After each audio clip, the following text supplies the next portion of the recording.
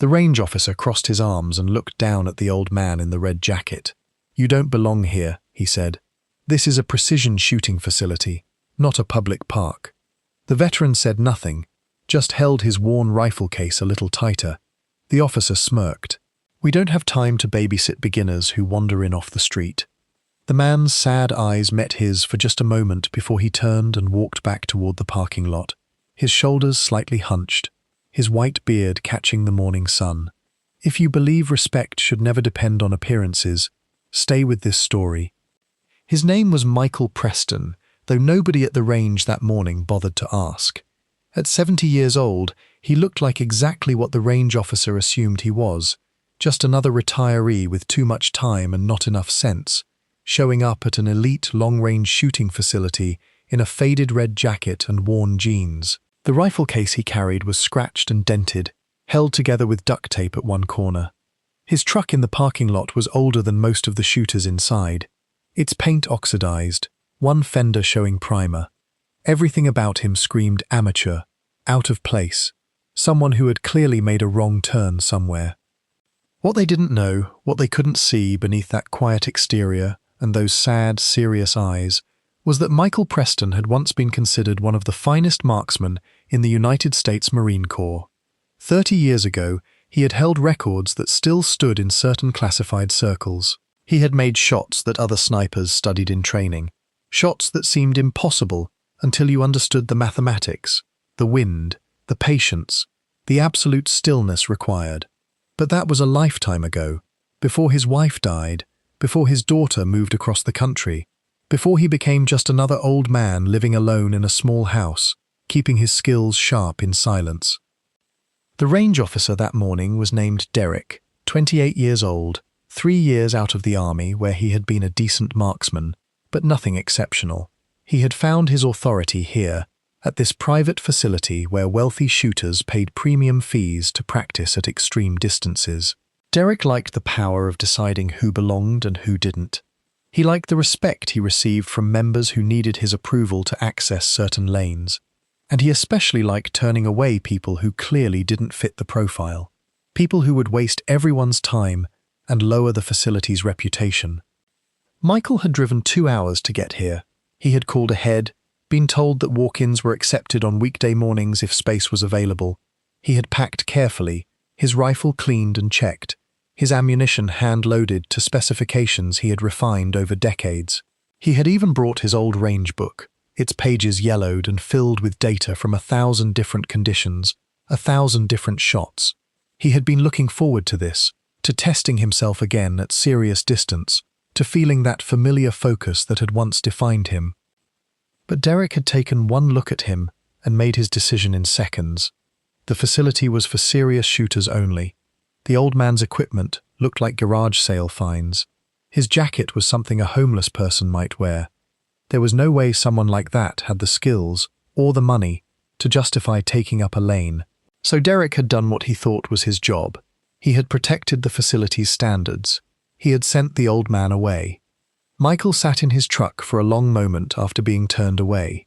His hands rested on the steering wheel, weathered and steady. He could feel the old familiar weight of dismissal, the same weight he had felt at the VA hospital when young doctors looked at his records with skepticism, at the grocery store when clerks watched him like he might shoplift, at the bank when the teller had questioned whether he really meant to withdraw his own money.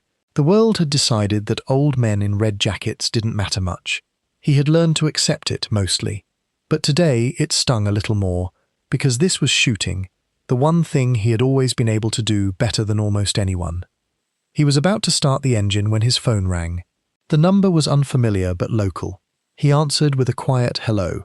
The voice on the other end was crisp, professional, female. "Mr. Preston, this is Lieutenant Colonel Sarah Chen from the Marine Corps Mountain Warfare Training Center. We met briefly at the reunion last year. I'm calling because we're hosting a demonstration today at the range facility near you, and I was hoping you might attend. We're showcasing extreme long-range capabilities for some visiting military officials, and honestly, sir, it would mean a great deal to have you there. Your name still carries significant weight." Michael closed his eyes. He remembered Sarah Chen, remembered her father who had served under him decades ago, remembered her respectful questions about technique and mindset. He explained quietly that he had just been turned away from that very facility. There was a long pause on the other end of the line. Then her voice came back, harder now, with an edge of command. "Sir, I'm going to need you to go back to that range. I'm going to make some calls. Give me 20 minutes. 18 minutes later, Michael walked back through the front entrance of the facility. Derek looked up from his computer, his face darkening. "I thought I told you this wasn't the place for you." Michael said nothing, just stood there with his rifle case, his expression unchanged, sad and serious, and patient. Derek stood up, ready to physically escort the old man out if necessary. "This is private property, and I'm asking you to leave." The front door opened behind Michael. Lieutenant Colonel Sarah Chen walked in wearing her service uniform, ribbons precise across her chest, followed by 2 other officers and a civilian in an expensive suit. Derek's expression shifted immediately, his posture straightening. The civilian was Marcus Webb, owner of the facility, a man who rarely visited but whose presence commanded instant attention. Colonel Chen's eyes found Michael, and her face softened with respect. "Mr. Preston, thank you for coming back." She turned to Derek. "This is Michael Preston, formerly Gunnery Sergeant Preston, United States Marine Corps. He holds the 4th longest confirmed kill in Marine Corps history and several records in long-range precision shooting that remain classified. He's here as my personal guest and as a demonstration shooter for today's event." Derek's face drained of color. The words seemed to hit him in stages, each one landing like a physical blow. He looked at Michael, then at the colonel, then back at Michael. The old man's expression hadn't changed at all. "I didn't know," Derek managed. "Nobody told me." Marcus Webb stepped forward, his voice tight with controlled anger.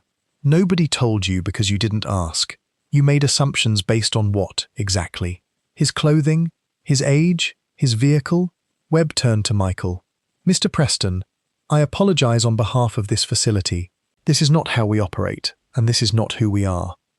The demonstration was scheduled for that afternoon. The facility's longest range extended to 2,400 yards, nearly a mile and a half, a distance where most shooters struggled to even see the target clearly. The visiting officials were there to evaluate new equipment and techniques, to understand what was possible at the extreme edges of the discipline. Sarah Chen had planned to have her team demonstrate, but now she had something better. She had Michael Preston. They set up on the firing line as the afternoon wind picked up, that tricky variable wind that made extreme distance almost impossible. Michael unpacked his rifle slowly, methodically, the same way he had done 10,000 times before. It wasn't a fancy custom build. It was a rifle he had assembled himself, parts chosen for function over appearance, worn smooth by use. The scope was old but precisely calibrated. The stock showed scratches and dings from years of field use. Everything about it matched him, understated and underestimated. Derek was required to stay, to serve as range safety officer.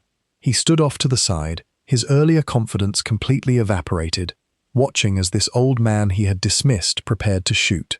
Other facility members had gathered, word spreading quickly that something unusual was happening. They saw the military officials, saw the owner himself present, saw the old man in the red jacket settling into position. Michael didn't rush. He checked the wind, consulted his old range book, made calculations in his head that most shooters needed computers to perform. He adjusted his scope with small, precise movements. He settled into the rifle, his body finding that familiar position, his breathing slowing, his heart rate dropping. At 70 years old, his eyes weren't what they had been, but his understanding was deeper, his patience more complete. He knew how to wait, how to feel the rhythm of the wind, how to find that perfect moment between heartbeats when everything aligned. The target at 2,400 yards was a steel plate, 2 feet square, barely visible even through the spotting scopes. At that distance, the bullet would be in flight for nearly 4 seconds, dropping more than 600 inches, drifting with every breath of wind, affected by temperature and humidity, and even the rotation of the earth itself. It was a shot that required not just skill but understanding, not just practice but instinct developed over decades. Michael took a breath, let half of it out, and squeezed the trigger. The rifle recoiled, the bullet flew. Everyone watched through spotting scopes, tracking its path. 4 seconds felt like forever. Then the distinctive clang of steel rang across the range, clear and unmistakable, dead center. The gathered shooters erupted in murmurs of disbelief. He fired again. Another hit. And again. 5 shots, 5 hits, at a distance where even 1 hit would be considered exceptional. The old man in the red jacket, the one who didn't belong, was shooting better than anyone else at the facility had ever shot. His sad, serious face never changed expression. He simply did what he had always done, what he had been trained to do, what lived in his bones and his breath. Lieutenant Colonel Chen stood beside the visiting officials, quiet pride in her voice as she explained. Gunnery Sergeant Preston trained 3 generations of Marine snipers. His techniques are still taught at our schools. He has more confirmed long-range eliminations than almost any shooter in Corps history. He retired quietly, never sought recognition, never wrote a book or gave interviews. He just served, did his job, and went home. She paused, looking at Michael. That's the kind of professional our Marines aspire to be. Marcus Webb approached Derek after the demonstration ended. The range officer looked like he wanted to disappear into the ground. Webb's voice was quiet but firm. You judged a man by his jacket and his age. You assumed incompetence based on appearance. You denied access to someone who has forgotten more about shooting than most of us will ever learn. This is exactly the kind of thinking we cannot tolerate. You're suspended for 2 weeks without pay. When you return, you'll undergo training on respect, on assumptions, on understanding that expertise doesn't always look like what we expect. Michael packed his rifle away with the same careful attention he had used to unpack it. Several of the facility members approached him, apologetic, asking questions, seeking advice.